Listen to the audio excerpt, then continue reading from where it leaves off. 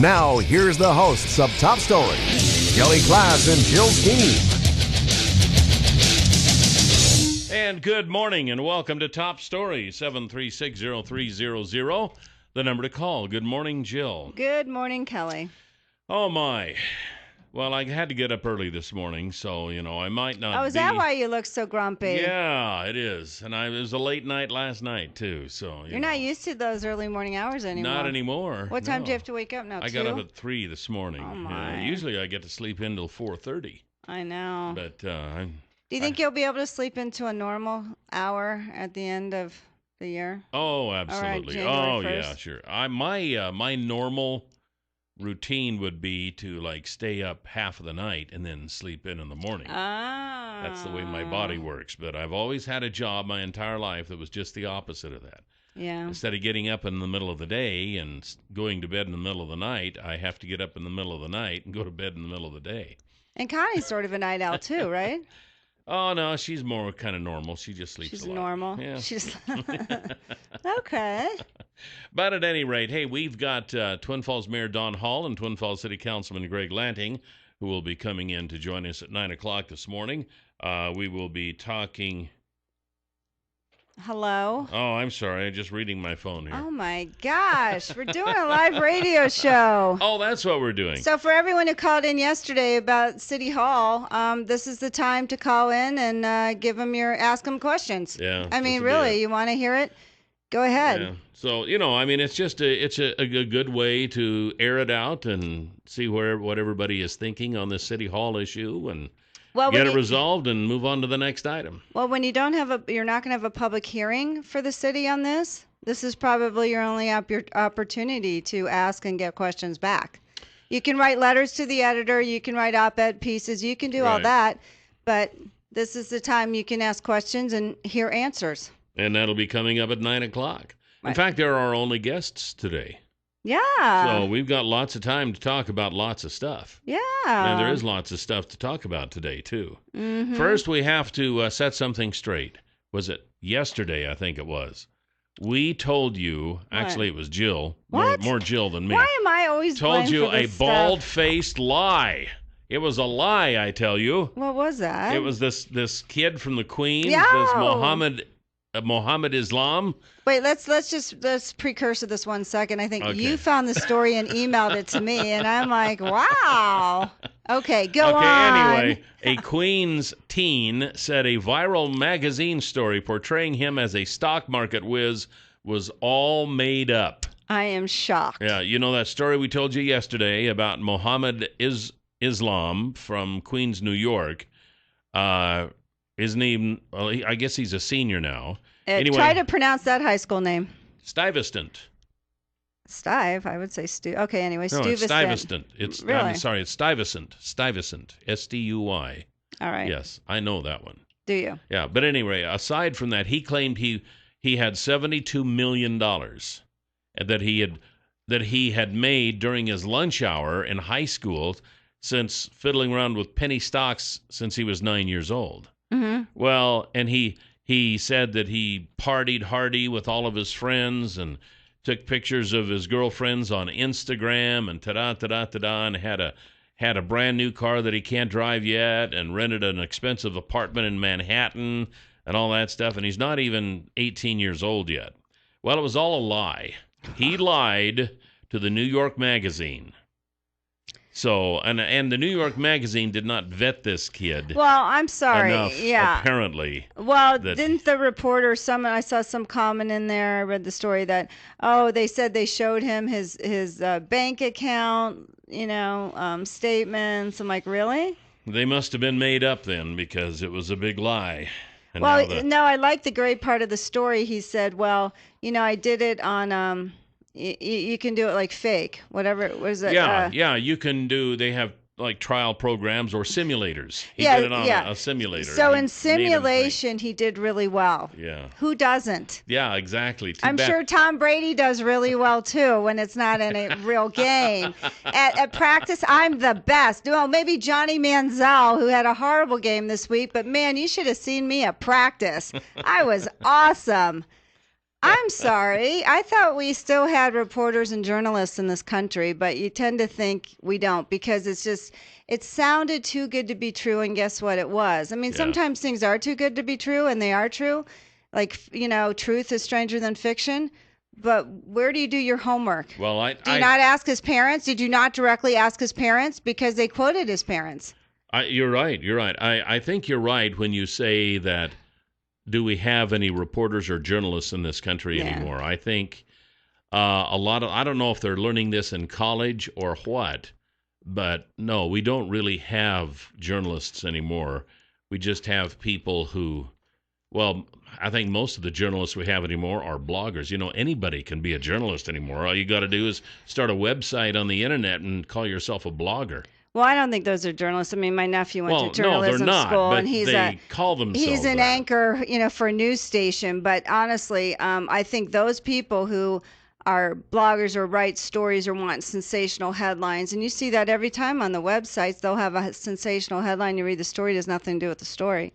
Come on, do your homework. Why didn't you interview his parents? Yeah. Well, they talked about school. How did he get away to go for $400 caviar and orange juice? Really? That doesn't even sound good. I don't know. So anyway, it was all a big lie. Sorry. Don't believe everything you hear, I guess. Huh? I don't know what website you got it off of. I always thought before you could put it on the internet, it had to be true. Yeah. And that's not right. Oh. What's happening in this country?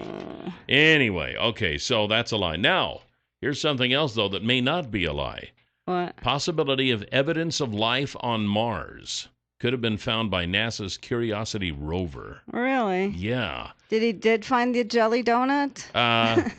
Well, when we say life on Mars, a lot of times we have this idea that, the camera spotted somebody standing in front there waving, and with a sign that says Kilroy was here or something like that. But it wasn't that dramatic. However, mysterious spikes of methane that cannot easily be explained by geology or other theories have been found by an instrument on that robot, which landed on the planet in 2012. Scientists can't be sure what is causing the spikes, but it is possible that it could be very small bacteria-like living organisms. If the gas is coming from living microbes, then it could mark one of the biggest discoveries in history. Wow. Well, didn't they also say that and maybe, I don't know if we heard about this on the show, that there was a possibility that they had found water, or they thought water was on Mars. So if you have water, you can have life. Yeah, well, they found ice is on, my understanding, ice is on Mars. So, there you go. Now you got gas. What are the poor little living microbes eating? Poor things. Yeah, there you got go. methane even on Mars. Now, there is a very interesting situation that has come up. Perhaps you've heard about the hack that happened to Sony Pictures here in the last couple of weeks. It has caused Sony stock to drop about 10%. It has exposed a lot of what you would consider secrets, some of the things they were working on, and it has really been a big deal. Well, they hacked into Sony's website. They've gotten social security numbers. They've got of all sorts of people, movie stars, whatever, what they make, emails about people, and it's all in response to this movie that was done called The Interview. Well, here's a story on that, and listen to the ramifications of this. A theater in New York has canceled the premiere of The Interview after a group that claimed it hacked Sony Pictures posted a threat against people who go watch the movie. On Pastebin, a website that allows for anonymous posts, hackers claiming to be the guardians of peace Somehow that seems... said people who see the Sony movie would suffer a bitter fate. The Interview is a comedy about a plot to kill North Korea's leader Kim Jong-un. We will clearly show it to you at the very time and places the interview be shown, including the premiere, how bitter fate those who seek fun in terror should be doomed to, the hacking group said. Wait, what? That doesn't make I sense. know. Wait, what? I know. What did you just say? Okay, I'll read it again. Thank you. We will clearly show it to you at the very time and places the interview be shown, including the premiere. How bitter fate those who seek fun in terror should be doomed to, the hacking group said. The world will be full of fear. Remember the 11th of September, 2001. Well, that's all you have to say. Ooh. Now, and so now they've canceled all the press tour. Yeah. So they have. The premiere was scheduled for Thursday at Landmark Sunshine Cinema in New York. The interview remains set to be released to theaters on Christmas. While Sony doesn't plan to pull the movie, the company has indicated it won't object if theaters decide not to show the film, Really? according to a person close to the situation.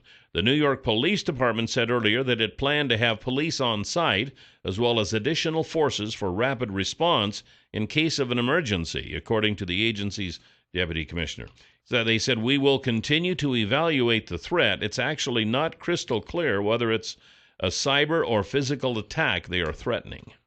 And don't worry, with every ticket you get like a bulletproof vest to go with your popcorn and a helmet. Well, look at this now, what's happening. Now hackers, whether there's any merit to this or not, hackers are now threatening terrorist acts in this country to alter people's intentions of seeing a movie. So now, I mean, this is something new. We've never had this before. So now we're being threatened. If we go and see a certain movie, we could be blown up, essentially, is what it's saying. Okay, so we are being threatened. We are being sabotaged by hackers.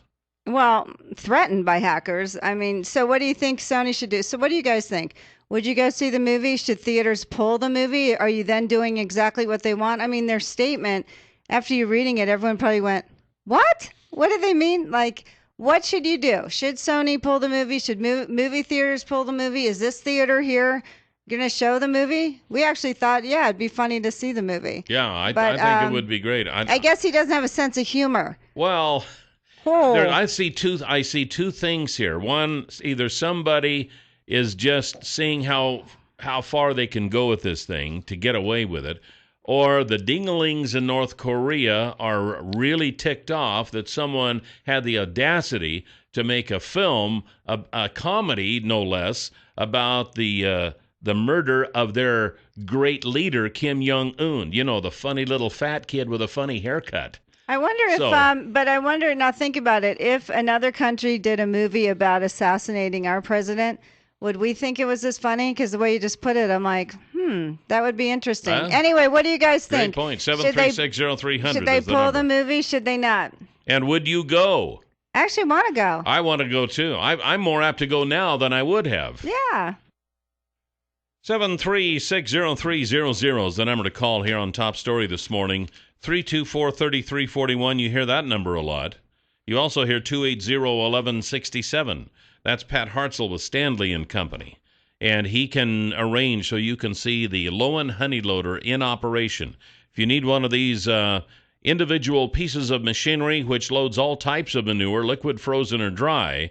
Now, if you just have, a little, a few cows or something like that, you probably don't need something like this. But around here we have a lot of big feedlots and dairies. And the Lowen Honey Loader could be a real asset to that operation. So get a hold of Pat Hartzell, and he can fix it up so you can see one in operation. His number, again, is 280-1167. And it's Pat Hartzell with Stanley and Company and the Lowen Honey Loader. Okay, so now we've got hackers, whether they are doing it a purpose or not, or just playing a joke and seeing how far they can go.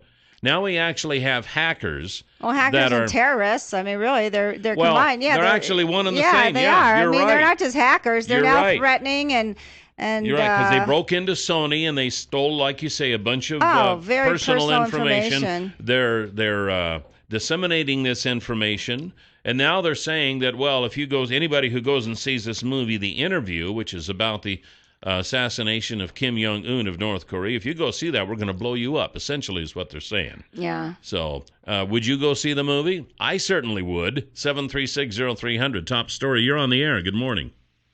Good morning. Now you know that the world is really upside down when a group called the Peace Group is threatening to terrorize people because they say there was terrorism on a video. That's ridiculous. So they're winning if they've already shut down a couple theaters for it. Right. So they're already winning in that way. But you got to watch out, Kelly, too, on that other story about Mars. Yeah. You don't want to advertise that too much. The EPA might go over there and try to look for those cows.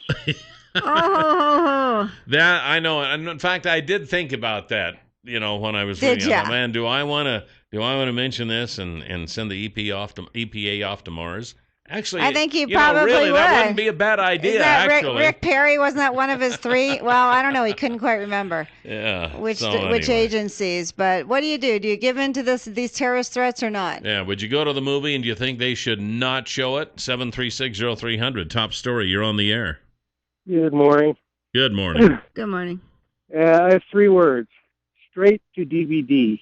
I mean, I'm not into messing with people. It's like that one woman, remember, I think she was from Washington State, had Draw Mohammed Day. Well, she's in hiding now. Do you remember this? Draw Mohammed Day. Oh, Draw Mohammed. She said, hey, if everybody in the world draws Mohammed, because you're not supposed to give a representation of Mohammed. Oh. And she said, if everybody does it, well, they put a jihad out on her, or whatever they call it. Did they really? Well, wasn't it Salman Rushdie, too? South Park people have got problems because they did a Mohammed episode.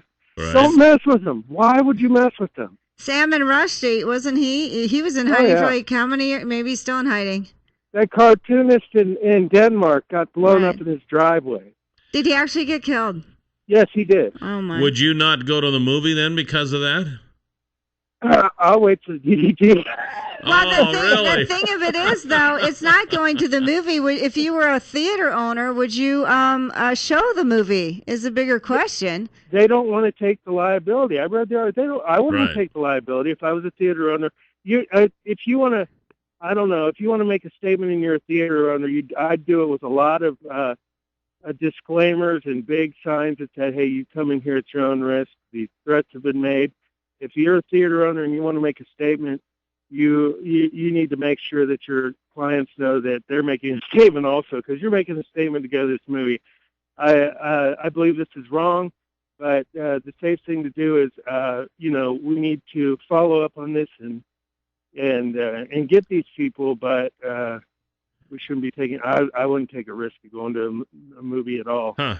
I would. That's interesting. I would take her. I'd go to the local movie theater. You think they're really going to find a theater? What are they just scouring to see all the show times from everywhere? I'll tell you what they've done. If nothing else, if this is a legitimate group that is against people seeing this movie, they have literally guaranteed the success of this movie. Well, if anyone shows it. It's like he said, though, when it does, if and when it will come out on DVD eventually, they'll probably scarf that thing up. They probably won't be able to make enough copies of it. But then what a statement. What is this now? This is what's going to happen. But like I said before, now, would we be happy if another country did a movie and a spoof or whatever, really on assassinating our president? How would we feel about that? Would we sit there and go, wow, that's odd? The current president? Oh, stop. Any president. I mean, really, how would we feel about that? I'm going to say they probably already have. I'm saying what is it? But I mean, if there was a big movie like that out, would we all be sitting there going, "Oh, that's so funny. England has a great idea. They're going to assassinate our president. Wow, that's a great movie." We got to think about this. Would you? Maybe it's pretty serious. You think about it. It's a threat here. If you even say you're going to threaten the president, you go to jail. Absolutely. So I don't know. Well, maybe they got a point. That brings in another side to the story. There always is. 7360300. We'll be right back. 7360300 was the number to call. Okay, the phone is running over, and I think a lot of them are saying, yes, there already has been a film about the assassination of a president, and it was about the assassination of President Bush. This is from the Washington Post. Goes back to September 2nd of 2006. Nearly every British newspaper on Friday carried photos of the assassination of President Bush, or rather, the eerily realistic depiction of it from a new documentary-style TV film that is causing an uproar in Britain. The film, called Death of a President, has been alternatively derided as a tasteless publicity grab and defended as a serious look at a plausible event that could have dramatic ramifications for the world. So well, then, then they have equal, so they're upset about it, and apparently, I somehow missed that back in 2006. I don't know. I remembered something about it when we were talking about it, but I didn't know enough about it to say anything. So, but I mean, people were upset. So, do they have right to be upset? Well, sure, they can be upset. Does that give them the right for? No, of course not. Terrorist threats against us. No, but nobody did that back then with Bush. Maybe because they didn't know how. In 2006, are you kidding? 8 years ago, a lot of things changed. Well, that still your phone isn't the same as yesterday, so there you go. 7360300, top story. You're on the air. Good morning. Good morning. Are you there? You gotta turn off your radio. I don't think there's anybody there. So anyway, give us a call and let us know if you would go see this film. Well, actually, not even go see it as a theater owner, because you can't see it if they don't show it. Would you be so worried? But if they did, would you? Would you be so worried? Now, I would think probably in a larger city. Oh, yeah. You think Twin Falls, Idaho? You would be more apt. Who knows if they were even... Let me see if they even had it on the schedule. All right. We will see. You do that. And top story, you're on the air. Good morning. I'm going to go to that movie just because they did that. I don't normally go to movies. Yeah, see, that's why I would, too. If somebody told me I couldn't see that, that's just the way humans are. You tell us we can't do something, so automatically we want to do it. And the guy that called in, I'd say, remember what they used to call people, summertime patriots? The guy that called in said he wouldn't go because he was afraid. Oh, yeah. What? Anyway. I never... Okay. Never heard of summertime patriots? No, I haven't. It was during the Revolutionary War when everybody deserted during the winter. Oh, yeah. So they fought when it was nice and then deserted in the winter. Yeah, you got to have weather, to fight in. Can't tax yourself too much. Yeah.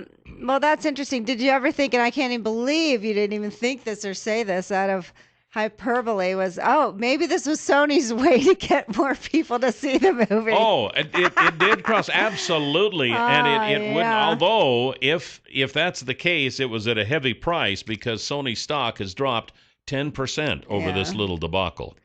Well, you wonder if unless they maybe just weren't counting on that, I doubt it. I don't think so. Come on, because there was too much information it is. That was released. It's scheduled, you guys, on Christmas.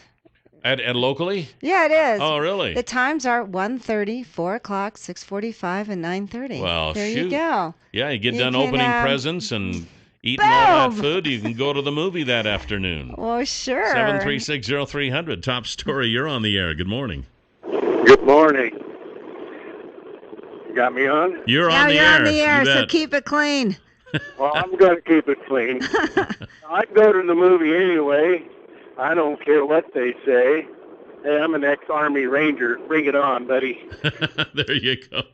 All right. Well, it is going to be playing Christmas Day, and that's when it opens. Yeah. So, although you know that cowards like that, I mean, they would, if they were to follow through with something like that, it would be something that they wouldn't be heard at, but they could blow the place up or something like that. They wouldn't show up and want to fight. They don't operate like that. Well, I understand that, but then the other thing about these so-called lone wolf Islamists that are gonna do some stuff here in the United States, like the lone wolf thing in Australia. Right. I got the same message for them. Bring it on, buddy. Yeah. Oh, I know, and I think. What's that? I carry. Well, yeah, and a lot of us do, and yeah, I agree. That's the kind of stuff that just gets us all riled up, and we're that way, Yeah, bring it on. Come on. Hey, you want a piece of me, huh? And it's the whole routine. Yeah, whatever. Okay. But no, seriously, and that might just be. This could all just be somebody, some little pimply-faced kid in his parents' basement, seeing how far he can go with this and doing these things, and has no intention of doing anything, and he doesn't.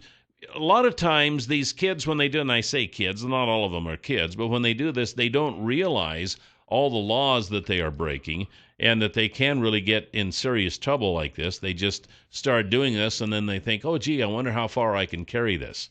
And then pretty soon they're bragging to their friends. I don't think so. And then pretty soon the FBI is knocking on their door. No, I think this is a pretty severe hack with Sony. I don't think it's some pimply kid. It doesn't have to be the same people who did the hack. Why would it be the interview of that movie? I mean, who cares? It doesn't have to be the same people who did the hack. It could be just some independent person thinking, "Oh, I'm gonna get in on this and run with it." I think North Korea hired the Russians because they're so mad at us that their gas is plummeting. Yeah. I think that's my thing. Now the ruble has dropped by about 25%. So yeah, you're right. They got problems sanctions in Russia. Didn't work. Wow. We'll be right back.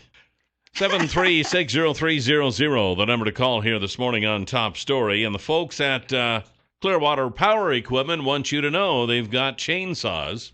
And with Christmas, sneaking up on us here. And Hanukkah, we're right in the middle of Hanukkah. Hanukkah started last night, baby. Yeah, see, I mean, come on, guys, you could get your wives a new chainsaw from Clearwater Power Equipment. Tom got me a sweater. I'm so disappointed it wasn't a chainsaw. I have to cut vegetables. Well, there's still time. Aren't there 8 days in Hanukkah? I have to cut vegetables, don't I? Come on, those asparagus stalks are tough. Aren't there 8 days in Hanukkah? Of course. So you still got time. Tom, you got 7 more days. That's right. To get to Clearwater Power Equipment, get a chainsaw for Jill. Chainsaw. That would be funny. I want it in pink. So if he got you one, would you let him use it? What am I going to do with it? We don't even have trees. Yeah, I would probably let him use it. Okay, well, there you go. See, guys, that's how it works. It's like buying your wife a new shotgun, Did you hear what I said? I wanted it in pink. I know. I heard what you said. And yeah. And I don't know if Is he going to use a pink chainsaw? I don't think so. I don't know, but I do know they have them. And I do know if you need a chainsaw, they've got Husqvarna and Echo chainsaws at Clearwater Power Equipment. And they are there for you. They got the sales, they got the service, they got the knowledge, they got the know-how. 252 Washington Street, where General Building Supply used to be. You're looking for something specific, give them a call at 734-7767. Clearwater Power Equipment. I'd like to have a chainsaw. I would like it if my wife bought me a chainsaw. No, I know. Actually, I was looking at this headline in a picture: cats versus Christmas trees in epic holiday battle, and they just have this cat in midair going right for the tree. How many people have cats that just chew their trees up?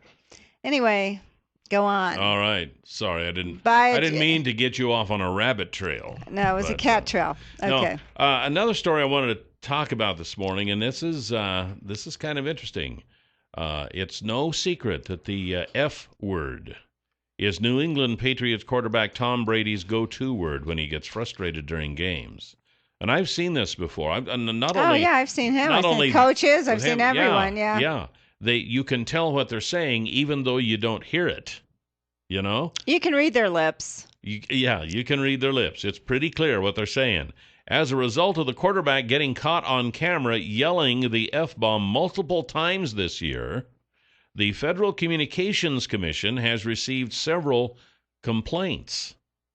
The complaints, however, were not focused on Brady. They were more about the fact that the networks continued to show the quarterback while he was letting off steam. Right. So really, who is to blame here? I mean, you can't blame them. They're playing a game and they're intense in what they do, but who's showing it is really. And I'm come on. I'm thinking that probably the TV networks are thinking, well, as long as you can't hear it, you're just seeing it. Can you hear it when he yells it? Of course you can hear it, but the same thing happens with Tiger Woods. You sometimes you hear it. I mean, they have microphones at the tee box, but people have complained about him. Jim Nance has complained about him, saying stuff like that. But, you have to say, okay, well, whose fault is it? Don't show it. Anyway, I digress. But, really, people are people. They're playing an intense game. Yeah, people say things. Is it right? I don't know. But who's actually televising it? Yeah. Well, and that's a good point. I think sometimes they capitalize on that, thinking that we're kind of on the edge of the envelope. But as long as they can't hear it, maybe we're okay, and they go ahead and show it, and you can tell what they're saying. So, I don't know. 7360300, top story. You're on the air. Good morning. Good morning. I'm appalled. What? We can't blame them? We can't blame them? These are grown people. They are responsible for their actions. We can blame them for anything they do. I don't care how heated the game gets. They are responsible for themselves. Well, we say it in our lives as well. But I've if never we have said it in my life. Well, good for you, but people do say it, and if we had a camera on us all the time, I'm just saying, you know what? But he knows he has a camera on him. I think that's why he does it. I think that's why they do it. They're on the sidelines talking to their people or whatever. Come on. I don't care. If he knows he's being televised doing this, he is responsible. If he is out in the middle of the woods all by himself and nobody sees him, nobody hears him, he is responsible. You are responsible for what you do. I'm responsible for what I do. He's responsible for what he does. Nobody's to blame but him. Well, fine. Same with coaches then. Same with everyone. I mean, my gosh, same with Tiger Woods. But you know what? I'm sorry. It happens. And I think it's also to actually put a camera on someone like that, they do it on purpose. Well, I agree with that right there. Just what you said. They do it on purpose. And I agree with the caller that they are absolutely responsible for the things they say. I'm not saying they're not saying it. But the thing of it is that I think that the TV networks are capitalizing on that and using that, thinking they're going to get away with it, but actually they might not. And then this kind of jolted me about something that's been happening on Facebook. I am it galls me when I see people use the F word on the social networks like it's an everyday word. Yeah. I can remember growing up maybe this was my upbringing, I don't know, and I'm not a prude, but you know what? There are some things that, and I have to say, I do lose my temper once in a while, and I say things that I'm sorry for later, but I don't use many of these words in my everyday language like some people do, and it's like if your IQ is so low that you can't get your thoughts out without using some of these disgusting words, then maybe you should go back to school and learn vocabulary. No, I agree, and I am shocked that they can put that on Facebook. I mean, I'm surprised people are allowed to curse on Facebook, and it really is. I find it disturbing. That would be a free speech issue. Facebook would be they would be overwhelmed with lawsuits. Right, but the FCC, but I mean, they're contacting the FCC. We can't say those words on air, and you can't say it on TV. Right. And they bleep them, but you know what they're saying. Sure, yeah. But I have defriended people on Facebook because sometimes I just get tired of that. Oh, and when you go on there, it's kind of like going into a bar. You're going to hear and see some things that, might be a little distasteful to you. And so you realize that when you go in places, but it just kind of gets to the point. It's like, come on, people. Are you so stupid that you can't get your point across without swearing? It's like these comedians that we have today. I know. They're up there on every other word is the F word. And I'm sitting there and I think, you know what? Tell me something funny. Don't just tell me something disgusting. They use it for shock value, and it's harder to be funny. It's hard to be funny clean, and I've done stand up, but you can write a joke that's clean, and it still be funny. Can, absolutely. You just have to work harder. And the F-bomb is not shocking anymore. No, everyone uses it. Because everybody uses it. It's like an everyday word. 7360300 is the number. Oh no, come on. I know. We'll talk on this one. Top story. You're on the air. Good morning. Good morning. Good morning. You know what's even worse in my mind is when radio announcers and talk show hosts say freaking and frickin'. We know exactly what you're thinking. You're not fooling anybody. That's true. Well, but, you can't say something else. You need a little vocabulary lesson. Ah, I see. Okay. So every time you say frickin' and freaking, we all know what you're thinking. I don't think we... Do you use those words? That? No. You don't? No. Congratulations. Oh, okay. That's cool. No, and that's a good point. But I understand that. I understand that too, except I don't know if we ever use that, do we? I don't remember. I've used it once in a while, but I haven't used the F-bomb. And on radio? Actually, are you kidding me? I think there is a difference between freaking and that and the F word, because you freak out. So does that mean I can't say freak? Because you do freak out. Yeah, you do. And that is a legitimate word. So I don't know. No, I don't think that's a legitimate complaint. I don't. Well, if you're thinking that that's what I'm thinking, then maybe the problem is with you and not with me. So that's something to consider too. Yeah.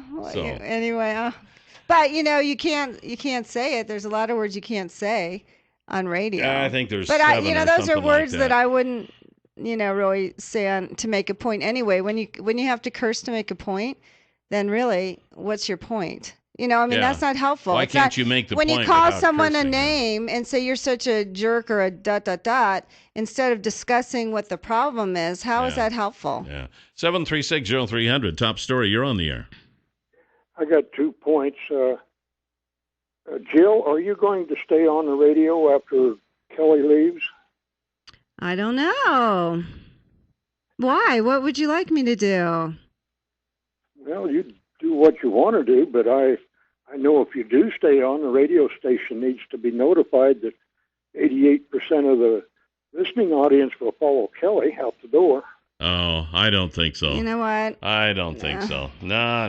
Whatever. No. I'm just. What was your second point? That was the first point. You cut off the second point. I hung up on him. I'm sorry. I forgot. No, I think Jill makes the show. Well, if it wasn't for you, Jill, I don't think we would have the success that we have. Well, thank you. And I'll go on record saying that. And you just did. And I don't think people's eyes would bleed. I don't think you'd expand your mind. I think it's good, healthy conversation to have both points of view. And absolutely, I think you can have a good discussion, and it makes you think. And what is wrong with that? 736-0300, top story. You're on the air.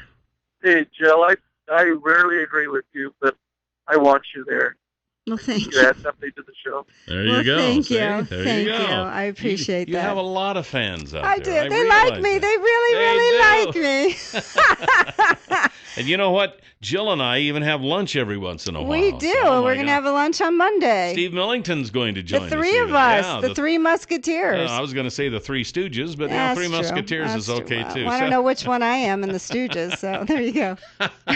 736-0300, top story. You're on the air. Good morning. Good morning, Jill and Kelly. This is Pat. Good Pat, morning. How are you? I don't agree with Jill all the time, but as a lady, I love her. I love her to death. She's a sweet gal. She has her mind in the right place, and whoever replaces Kelly is going to have some awful big shoes to fill. Well, thank you. Well, thanks. And but I think I don't always agree with Jill. Sometimes I'm yelling at the radio, but my wife does that to me too. Absolutely, yeah. But Pat, you keep listening, don't you? Yeah, but I never stop listening. Yeah. You're just waiting to see what she says next. I just say keep it up. Well, thanks, Pat. And we always appreciate you listening and calling in, that's for sure. Absolutely. And back to Facebook. I'm only on Facebook. I'm not on Twitter. And although, I can barely keep up with Facebook. Oh, I know. I'm kind of one of those old fuddy-duddies that the technology is kind of overtaking me, even though I kind of consider myself a techie guy, Think how many hours a day people spend on Facebook. I know, it's like, and that's I another have thing. A life. Right, exactly. I have a life. But, I'm going to be more aggressive in unfriending folks who use the F word all the time, because it's always shocking to me on Facebook when people do that. It's like, do you not I'm realize people are tolerable. reading this? I'm pretty tolerable. But you know what I'm saying? Do you not think people are reading this? Yeah, and you hear people now that they're just out in public and they're using the F word like it's just another word. Oh my gosh, my Tom. Oh my gosh, it's unbelievable to him. We're from the generation that was an unspoken. You never well, said and then and he was in the Marines, but also he said to say it in front of a woman and stuff, like he is not happy when you say that, and which I think is great. So and they're going to have an issue. It looks like this is going to be an issue that our television networks are going to have to. Maybe here's a newsflash. Why don't you just keep the camera on the game? Yeah. Because I know you're interested in all the ones having a temper tantrum, which a lot of them do. Well, why don't you focus on the plays? That would be nice. See if we get a top story. You're on the air. You got about 10 seconds. Eliminating football altogether wouldn't hurt my feelings. I find it interesting that you're discussing the F word on Hump Day. Oh, okay. Well, you know what? I didn't even think of that. I didn't even think of that. But I'll tell you what, we're just about out of time here. Coming up, we have Twin Falls Mayor Don Hall and Twin Falls City Councilman Greg Lanning.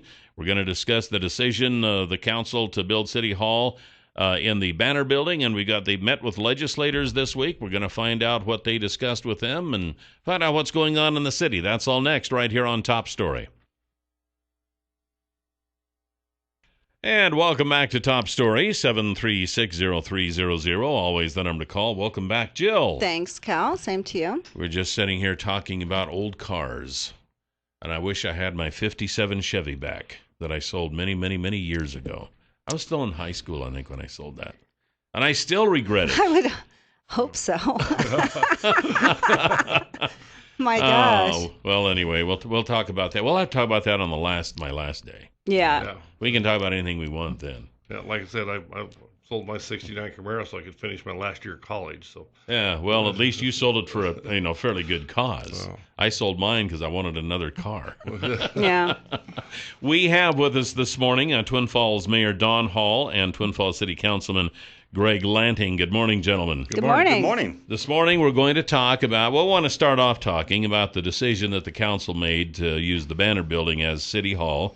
And I know you met with legislators too, and we want to get into that a little while.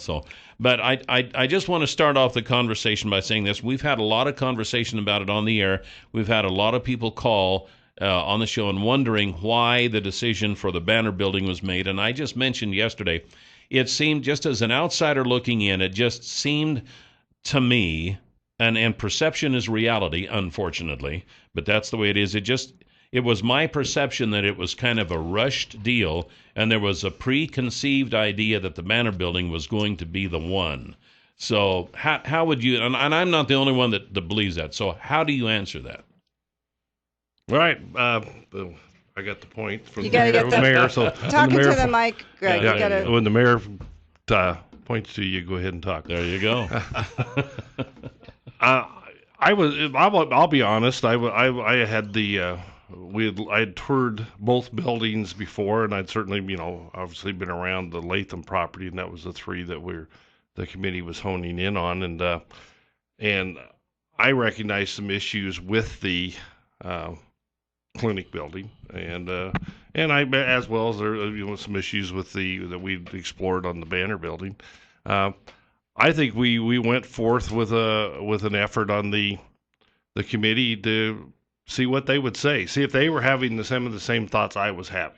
Let's put it that way. And I stayed away from all the committee meetings on purpose. I did not want to be there for ever have anybody think I was trying to determine what they would come up with. And we've been looking at those options for probably a year, so it doesn't feel rushed to us in any way, shape, or form. I mean, it feels like we've done our due diligence. We've looked at the situations. We all have I think, at least I had a desire to help downtown. That was my purpose. I mean, I remember way back when we took a glance at the County West, where County West is now, and as a possibility, and we just got raked over the coals by anybody who was in favor of downtown. So why would you ever think about moving? You can't move from downtown core, and then the county got to move out there seemingly without any, just like, oh, they're moving out there. And so I'm not sure what the difference there was, but I took a look at the committee. I wanted the committee to tell me what their thoughts were, and their thoughts ended up being the same as mine, so I was ready to go. Well, I had one question, because you were the one of the council members who brought up the fact that there shouldn't be a public hearing.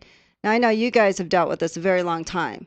However, the public hasn't. And that meeting was a notice given on Thursday or Friday for Monday night, and the agenda wasn't accurate. I mean, it didn't say there was going to be presentations, and there wasn't. It was the last second. But why did you feel like there shouldn't be a public hearing?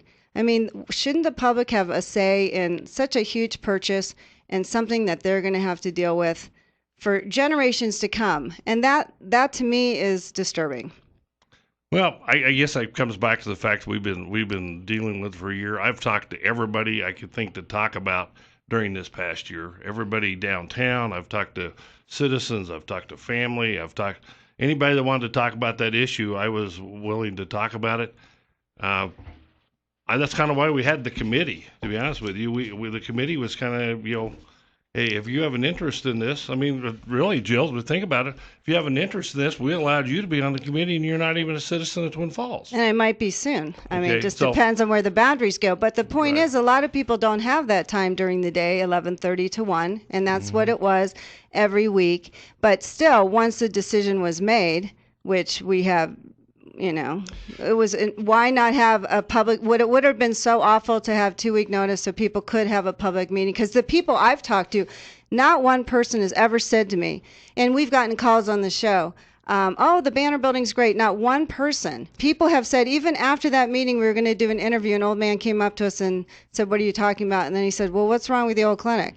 I mean, I've never heard. So to me, I think the public should have at least had a say in it. Can I weigh in? Sure, go ahead, Don. Just to let you know, give you my perspective. You have 7 individuals on council, obviously, and we come from this at different directions and different backgrounds.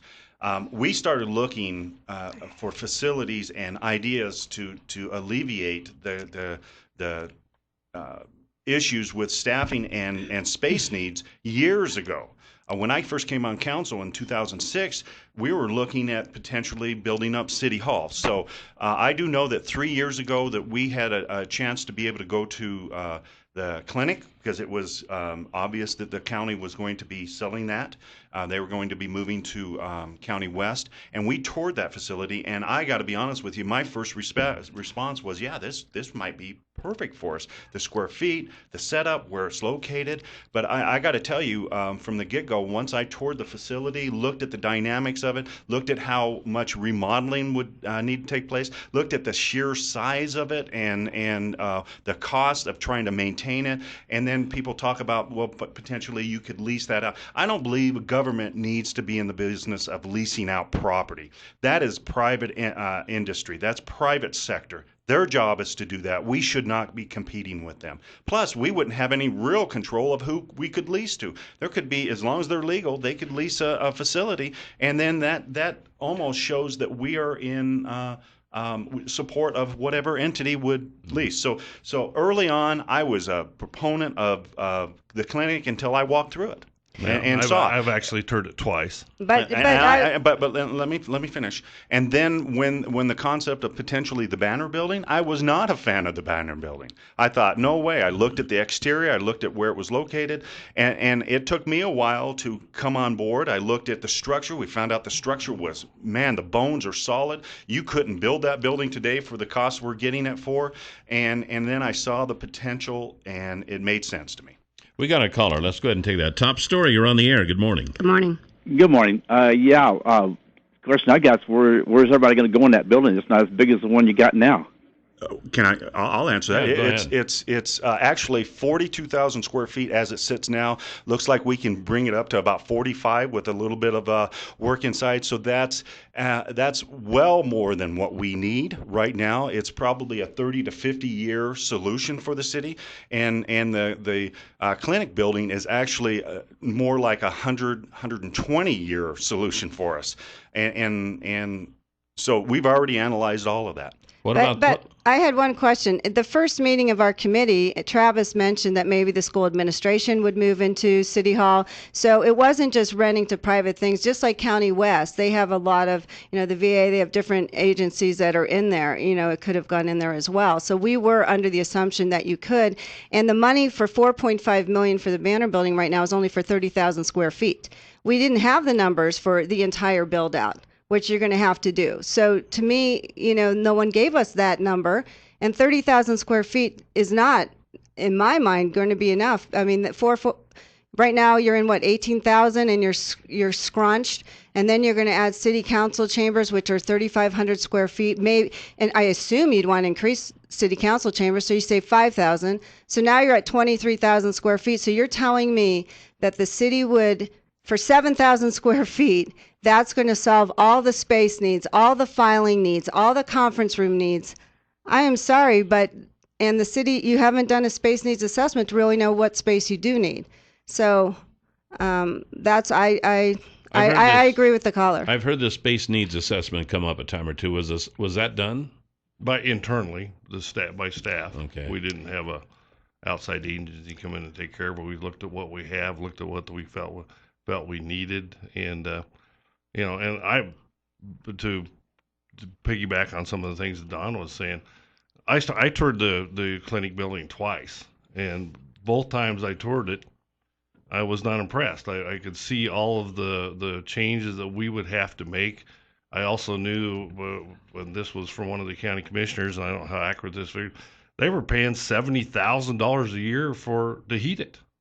And some of those numbers like that, pretty quick, if you go tour the building, if those callers, if Mr. Waddy would allow them to, go tour the building and see what your thoughts were, because it certainly didn't look like any place I wanted to move City Hall. It looks fine, better on the outside, I agree, but give us a chance here on the vision of what we're going to have for what the banner building is going to look like on the outside when we're done.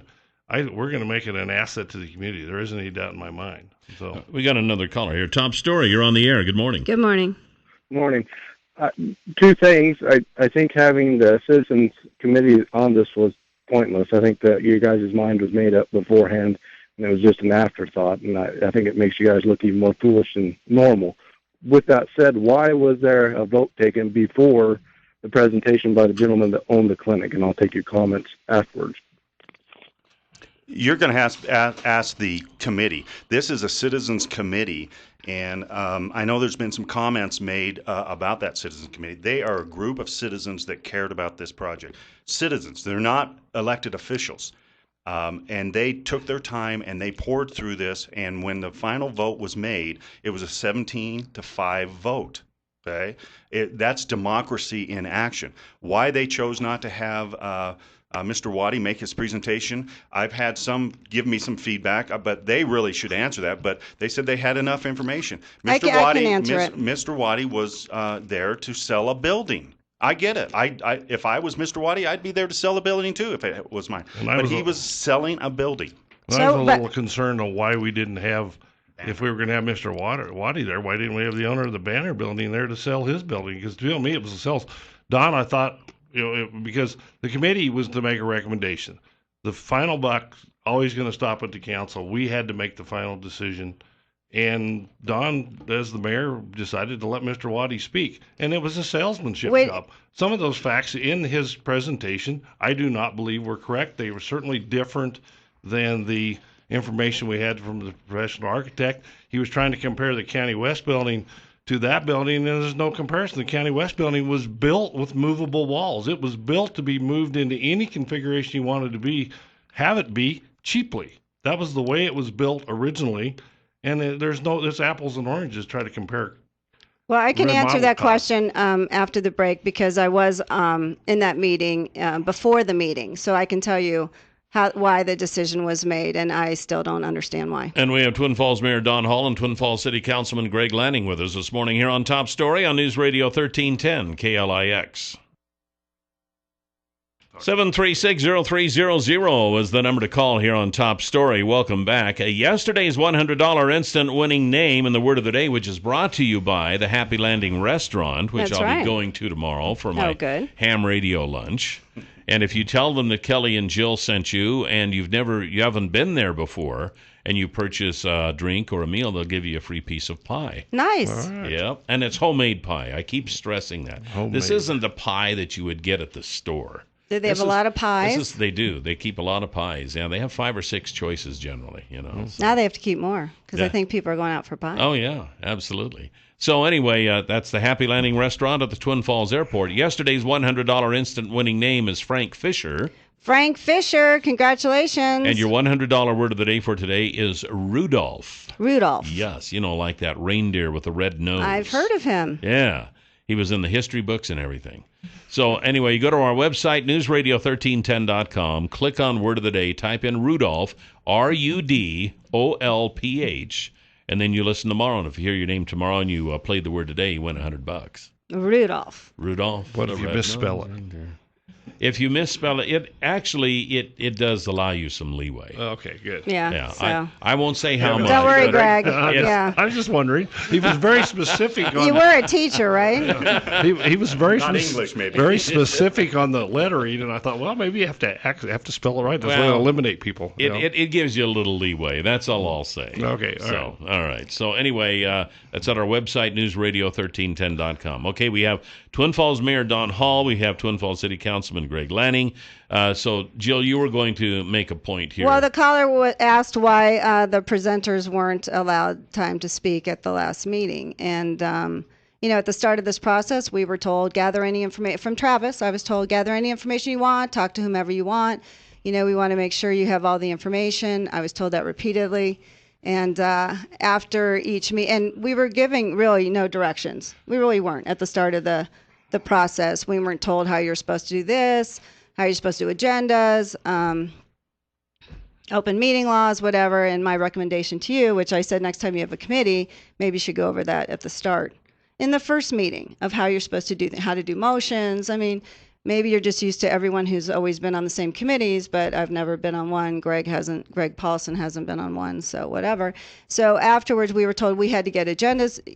At the start, you have to have an agenda 2 days before the meeting, figure out what's going to happen. So, and after each meeting, we'd get an email from Leila, what's going to be on your agenda, and then we would say whatever was supposed to be on it. Well, after the meeting before last, people came up to me and said, because we did have the city architect, talked about the banner building, so when you say, was Bob Gillespie really the one who should talk about it? It was really, we've had the city architect tell us about the figures on the banner building because you did hire him for due diligence, and we did the tour and he was talking to us about that. So people asked me if we could have, he also said why the county moved out, and he said it was because the cost was too high, but apparently that wasn't true. So anyway, people asked if we could have the county speak, and the numbers that were provided on the clinic were from 2008 numbers for a full gut of the clinic,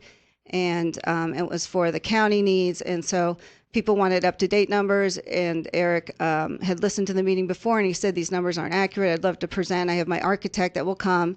He's worked on County West. He worked on the old clinic for the county. He worked on First Fed. He has an idea of what numbers are. These aren't accurate, and those were old numbers. So when the agenda came about, I emailed Gary and Greg and said, people asked me to have Terry on. Terry wants to talk about this, or Terry's going to talk about this. Eric's going to talk, and his architect's going to talk about this. And so, and then Gary wrote back and said, I'd like to do a summary before the meeting of everything. And I said, well, why? First of all, we've all been there, but I think we should do it after the meeting. Plus, we were supposed to have the person on the phone. I don't know if he was on the phone. I never heard him on the phone. Talk about the parking study that was supposedly just came out by OTAC, which was told to us that they were going to be at our meeting. She was told by Travis that she's going to be at our meeting. So anyway, I thought it was important. I didn't understand why you're going to have a discussion beforehand. And next thing I know, the agenda comes out that's the first item on the agenda prior to the presenters. And I said, I don't understand this. We don't have the right numbers. And Gary Garnan said, well, these are the numbers we've been using throughout, so these are the numbers we're going to use. Well, I'm sorry, but 6-year-old numbers is not in fully gutted. So I don't understand. And at that point, they made a motion to vote on the banner building. At one point, I said, can't we have our presenters speak? And they said, you'd have to table the motion. And then the committee voted against tabling the motion to have our presenters speak. And that's what happened, and there you go. May I state something? You talk about the city's architect. It's really important to understand that Hummel Architect was hired by the city to do analysis for us. It's also very important to understand that Hummel Architect was the architect for the county as well. And so they have an intimate knowledge of the county buildings, including this the clinic, the clinic. So they are a non-biased group, a business that we hired to give us some analysis, and that's what was presented to the committee. They have no dog in this fight. Are they not going to get the job for the banner building? We don't know, but let me tell you that. But let's say they did, and we chose to do the clinic. I would submit to you that they would stand to make more money on the clinic because it would be a robust refurbish. So if they had any bias or dog in this fight, they probably would have went with the clinic. But the numbers were...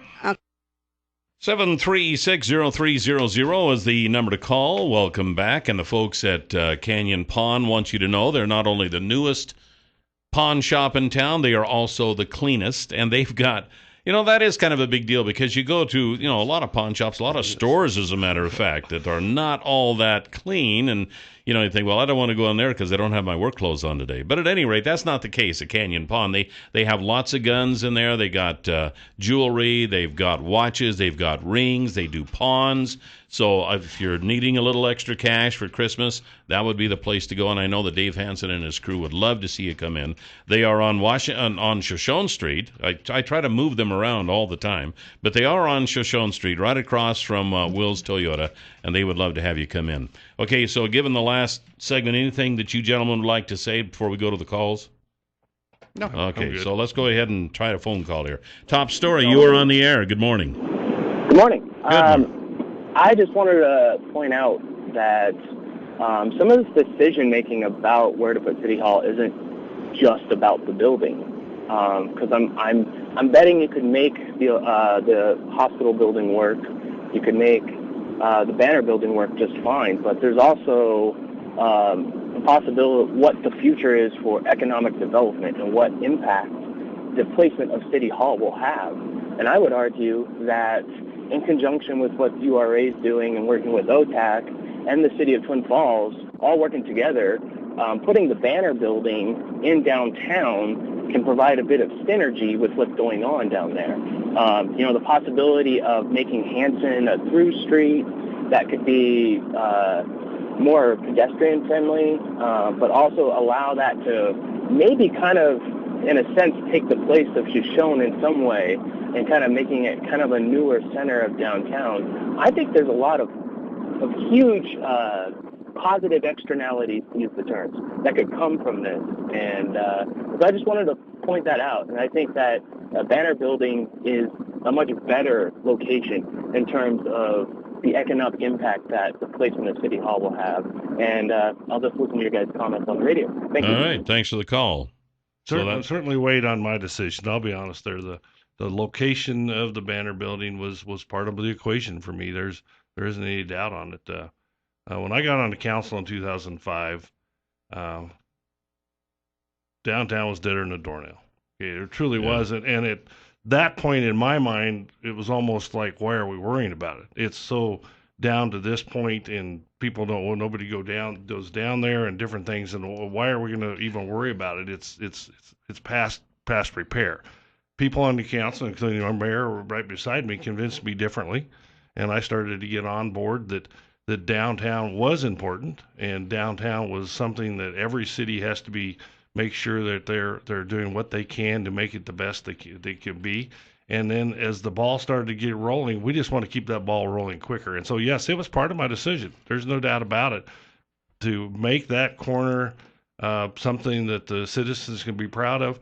And because the plaza that the URA and the Rotary and the Foundation is talking about doing, with a splash park in the summertime and an ice skating rink in the wintertime and all these different things, just continues that same synergy that the private sector, to be honest with you, is one who has carried the load on that so far. And I'm just hoping that we can make it something that every citizen in Twin Falls will be proud of, and that it'll be a place that you think about going to first instead of going out to a mall or going out to a strip mall or going to someplace differently, because those are always going to be there. But something you could have proud of in your heart of your city. I'll make my comments real quick. I think the full city is very important, every aspect of the city. But there's a special soul to the downtown, and I feel that our city offices should be in the downtown. So certainly that weighed. Certainly I believe that this is continuing that ball rolling with economic development downtown. We have companies like the hospital and St. Luke's and their billing department, and Glanbia and others that have made incredible investments downtown. Will's Toyota, incredible investments downtown. I think this just continues that. So certainly it weighed on my decision process. We got another call. Top story, you're on the air. Good morning. Good morning. Good morning. I would just like to applaud the City Council on respecting the decision of the committee. They don't have to have committees, and in the past they just simply rely on city staff's input, and also for reinvesting in downtown. If you take a look back at like the Tom Hudson study and the Center and Edge plan, this all goes in with what's been planned. And honestly, the City Council has taken a lot of heat over the years for not taking the advice of their consultants, but this is exactly what the city is doing, is going back to those books and doing what the consultants have asked them to do. All right. Hey, thanks for your comments. Well, I'll tell you what, I think we beat this to death, and we got one more. Can you stay for one more segment? I can. Sure. Okay, because we got, I know you met with the legislators this week. We want to talk about what that all was about. So we'll be right back with Twin Falls City Councilman Greg Lanning and Twin Falls Mayor Don Hall here on Top Story. 7360300 was the number to call here this morning on Top Story. We are back with Twin Falls Mayor Don Hall and Twin Falls City Councilman Greg Lanning. Okay, so you did have, I know this goes on every year just before the new session of the Idaho legislature, and you met with local legislators this week. What was decided? What do you do? Do you give them a wish list? Well, I think you more outline of the economic condition of the city. You talk about some of the things that we're having to do that is affected by what they do, because they always talk about unfunded federal mandates. Right. We kind of feel the same way every once in a while on state unfunded mandates to us. The one I'll hone in, I'll let Don talk about some of the other things. We showed them a comparison because the whole state's been talking about the roads and how we're going to fund the roads, and showed that 10 years ago, it was about 2/3 of the money that we spent on city roads was coming from outside sources. And now it's about 25% comes from outside sources, in other words, from the state or from the highway district, something like that. So now we're spending, the costs of continuing to go up. The amount of money we're receiving has stayed stagnant. So we have to make up the difference, and the place you make up the difference is in property taxes. That's the only place we really have the chance to make up the difference on those roads. And so now we're spending about $5 million on roads a year, and we're collecting a little over $1 million.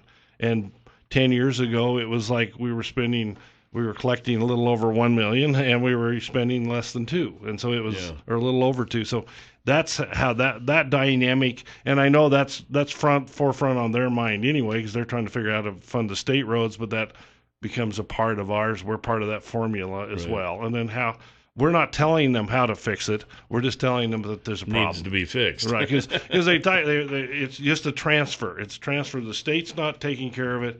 It comes down and ends up being a city property tax issue. We have a caller. Top Story, you're on the air. Good morning. Good morning. Good morning. I'm a little late for this topic, but I just wanted to put in my 2 cents worth about the Banner Building becoming the new City Hall, and I am just astounded that anyone would go for that idea. To put it on Main Street, you talked about a lot of other new buildings, but they're all in a part of Twin Falls where they had some room around them for parking, for landscaping. We have an opportunity to build a brand new building for our growing city, and it's going to be right on Main Street, right from Main Street into the door. No landscaping, no nothing. If there's asbestos in there, which I heard there is, I might be wrong, we're going to have a lot of extra expense. And why no one would have waited for current numbers is beyond me. And that's my comment. All right, thank you. I don't know. Did you want to give any other further comments on that? I just back to my one.